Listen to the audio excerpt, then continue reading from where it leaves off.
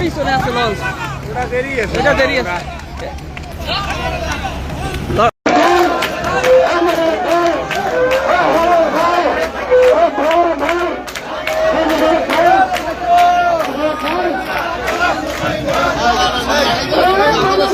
যার জন্য জনগণের প্রতি আমাদের দায়বদ্ধতা আছে, তাদের যানমালের হেফাজত করা আমাদের দায়বদ্ধতা আছে। আগামী দিনের উন্নয়নকে এগিয়ে নিয়ে যাওয়ার জন্য একটা শান্তিপূর্ণ রাঙ্গামালি কিন্তু আমাদের জন্য প্রয়োজন।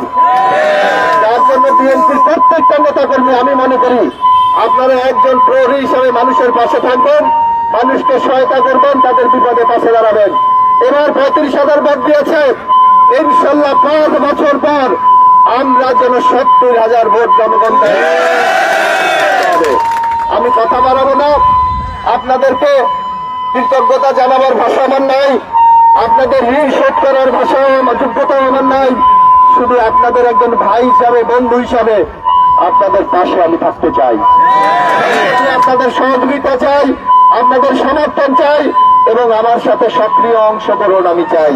আমি মনে করি রাঙ্গামালির যে সকল নেতৃবৃন্দ আছেন, আমাদের সভাপতি আব্দুর রহমান ফরদি সাহেব আসতে পারে নাই, সবাই মিলে আমরা ইনশাল্লাহ আগামী দিনে একটি সুন্দর রাঙ্গামালি আমরা তৈরি করব।